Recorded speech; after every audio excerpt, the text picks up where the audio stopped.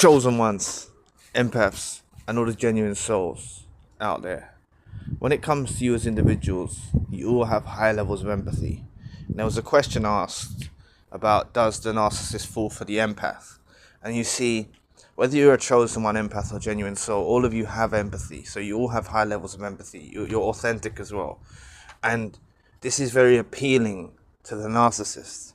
They don't really know. They just know it's a potent supply. They can't quite place their finger on whether it's what you are or what you. They don't know exactly, unless they're the more spiritual kind of narcissist. Then they'll know you're a chosen one or an empath. They'll be able to directly know. They'll be able to pick up on the vibe.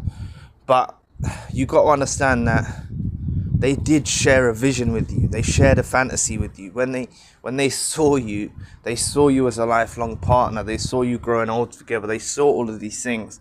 But what I need you to understand is the love that they have, or their version of love, is obsession. Okay? Their version of love is obsession. And that obsession can even turn into a love to destroy, which many of you have seen, where they get this passion and this love to destroy. You see, that's how unstable their kind of love is. All right? But they are mesmerized by you. They did share the vision with you throughout the whole when they met you. They saw a vision with you. They had the fantasy. You also felt that fantasy. What you would talk about your future and what you were planning and things like this. This was the shared fantasy that both of you had. It existed. It was real. Okay? You were going in that direction. But with what they are and how unstable they are and their obsession, this is what you need to focus on. It's the obsession. This is what makes them messed up. It's not the authentic love that you deserve to have in your life. Okay? So I don't want you to feel... look, anyone that comes into your life with the traits that you have, you don't need to feel flattered by the narcissist finding you appealing. If anyone comes into your life, the traits that you have with your high levels of empathy, your authenticity, these are commendable traits that anyone will find appealing and anyone will like, you see? But the problem with these narcissists that I've been discussing quite a lot recently, but for those of you that don't know, many of them, it's the problem with the potent supply that they get from the empath and the chosen one and the genuine soul is it's so potent, so it fulfills them. But because you're authentic, because you're empathetic, because you're going through life purely, this causes them inferiority complexes. This makes them get narcissistic injuries by how you navigate through life. They almost get envious of how you go through life easily. That's how they feel. Please press the like and the subscribe button. Help people right. It will take 2 seconds of your time. Thank you. But they get envious of how you go through life. Okay? And this grinds on them. They get narcissistic injuries. This is what causes them to become so unstable. And you see the nasty character come out. Alright? They find you appealing as well. Because this is what I'm saying about when they first encounter you. If they're not a spiritual narcissist, then they can't quite put their finger on it. Because spiritual narcissists will get freaked out. I've done a video recently about this. If they know you're a chosen one or an empath, spiritual narcissists will be, because they know you're anointed. They know you're close to God or the universe. They will get freaked out by you. Okay? But these unawakened narcissists, they can't quite put their finger on exactly what it is with you. Alright? They can't quite figure out what it is about you. They feel like they're getting the most potent supply ever, but they're being dragged down. Okay? And this is why they start to get vengeful, or they start to act hateful, or they start to do things wrong to you. So this fantasy that they shared with you, this vision that they saw of you, it's not going to happen. It can't happen. It can't work. This is good and evil colliding. Okay? This is good and evil. This is a good and evil collision. All right? And it can't last the test of time. It's not going to. The only way is if one of you crumble. Either you become subservient. Obviously, there's people, you can be subservient to your partner and stuff like that. But I mean, how can I put it? If one of you just cater for the other, if your life becomes just you catering for the narcissist isn't going to cater for you, you see? So it's going to be you trying to cater for the narcissist. Then they'll have control of you. They'll stay with you long term. A lot of you that have been discarded had these ghostings, abandonments. You've had these things happen, okay? Or you've cut the narcissist off. A lot of you you've stood your ground, okay? This is what they didn't like. This is why they've done these sorts of things. Ghosting, abandoning, the abuse they put you through. This is why they've done these sorts of things, okay? So, on the question of can a narcissist fall for an empath? Yes, they can. They do. They do at the beginning. They do throughout the relationship. Same for a chosen one. Same for a genuine soul. They feel your empathy.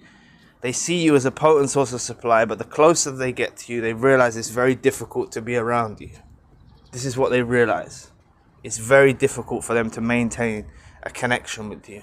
Because they've put on one hell of a performance even to get into your life. And they're not that person. That person who they showed when they were kind, that's not them. That's a carefully constructed persona that you find appealing. Okay, they are a people pleaser. You're not a people pleaser. They're the people pleaser. They have a carefully constructed persona that they portray to the world and to you, specifically to you. They create one specifically for you. They create one specifically for their family. They create one specifically for their boss. This is what they'll do, or their colleagues. They create these personas so you find them appealing because they know no one likes them. Okay, no one will like them for who they really are. So you don't need to be flattered by the narcissist finding you being attracted to your light or anything like that. You don't need to be flattered by it. They're gonna be. Okay, these are the traits you have. And if someone real enters your life, someone authentic as well, they'll find them traits commendable. They'll find your qualities and your morals and everything like that, and your empathy and your authenticity. They'll find that commendable. They'll find that something that should be valued and looked after and treasured. The narcissist doesn't treat you the same way. The narcissist starts to get vengeful and hateful and resentful and envious and jealous. Okay? So, but they did this vision. I know, like, this is what's so hard for some of you. Like, you did feel that connection with that person. You did talk about the future. You did plan on doing things. Like, they did share that vision with you. They were in that moment. And that's what's a huge misconception around what you hear out there. They say that these narcissists, like, were just deceiving you and this and that. Like, they're not doing that. They want to find happiness as well. The narcissist wants to find happiness as well. There's a pursuit of happiness in life. People search for happiness. Psychopaths search for happiness. Like sociopaths, narcissists, just same like chosen ones and empaths search for happiness. Everyone search for happiness or meaning or whatever, yeah?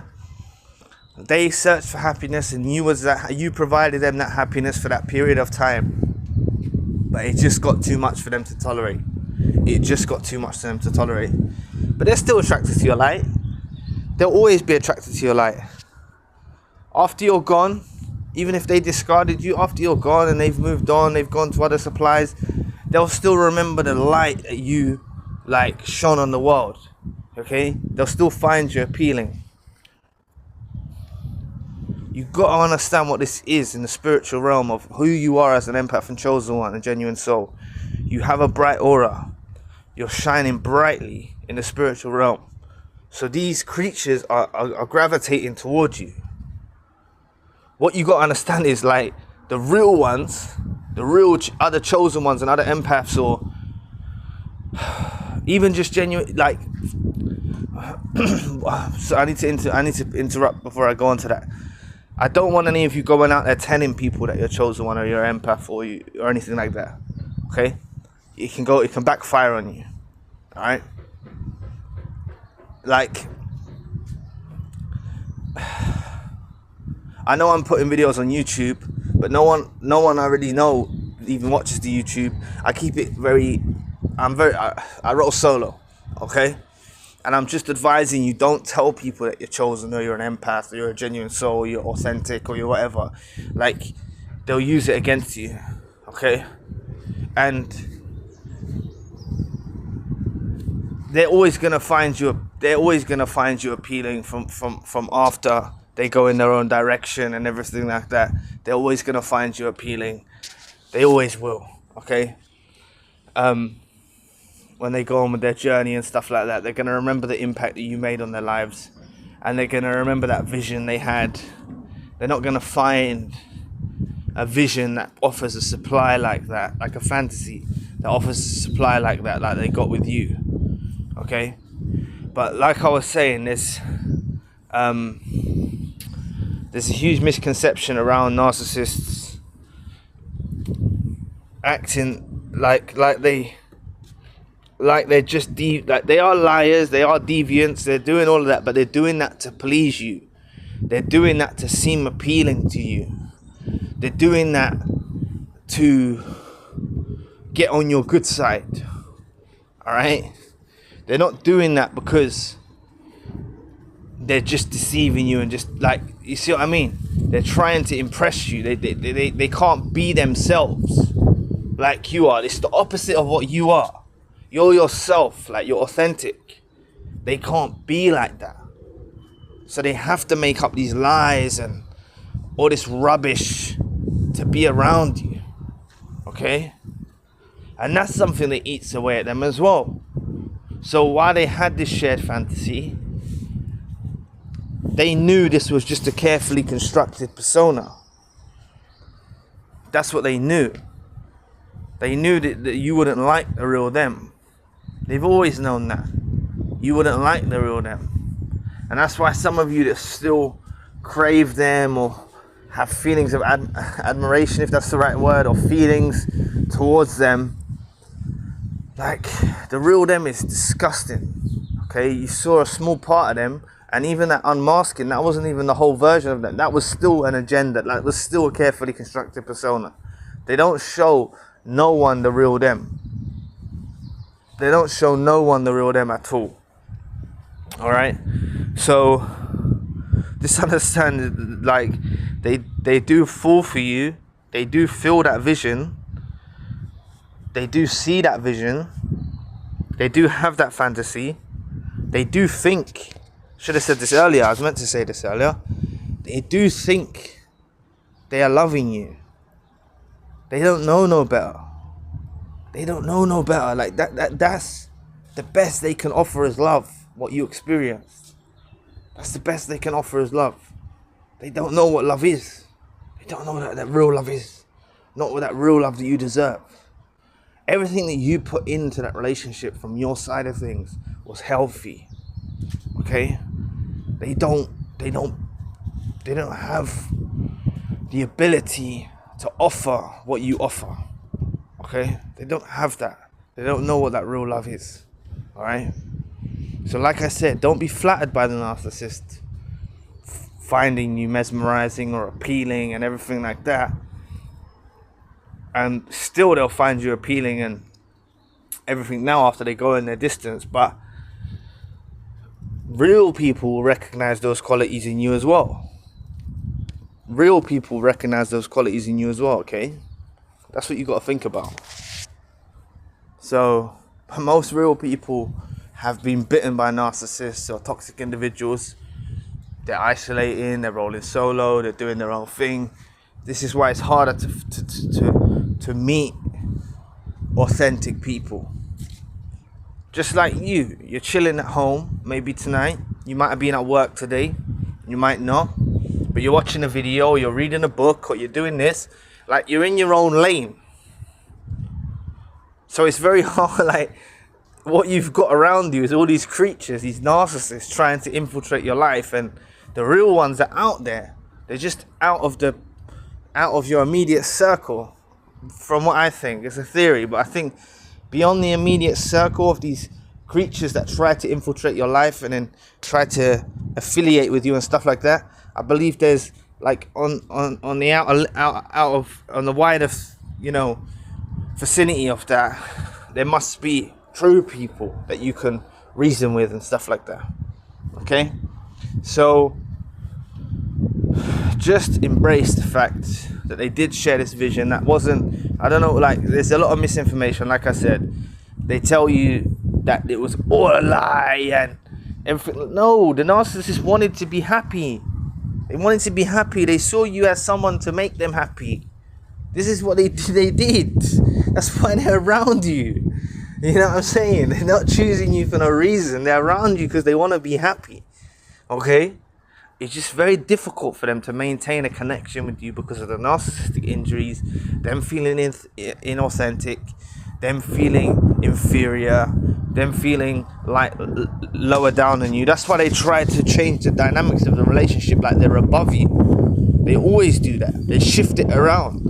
The whole time throughout the relationship, they could have been the one chasing after you, okay? And then they try and shift it around. They might give you some silent treatment. They might do something. They'll do this so then you start chasing them, all right? This is what they do, okay? They always try and change the dynamics around. Losers. But they always try and change the dynamics around because they're sick of feeling beneath you. They always feel beneath you. That's why this fantasy that they had with you was never going to work. It wasn't going to come into fruition. All right? It wasn't going to happen. So count your blessings that you're out of it, if you're out of it. If you're not out of it, try to get out of it as soon as possible. And thank you for watching today. If you would like to book a one-to-one session with myself, you can find the link in the description box below.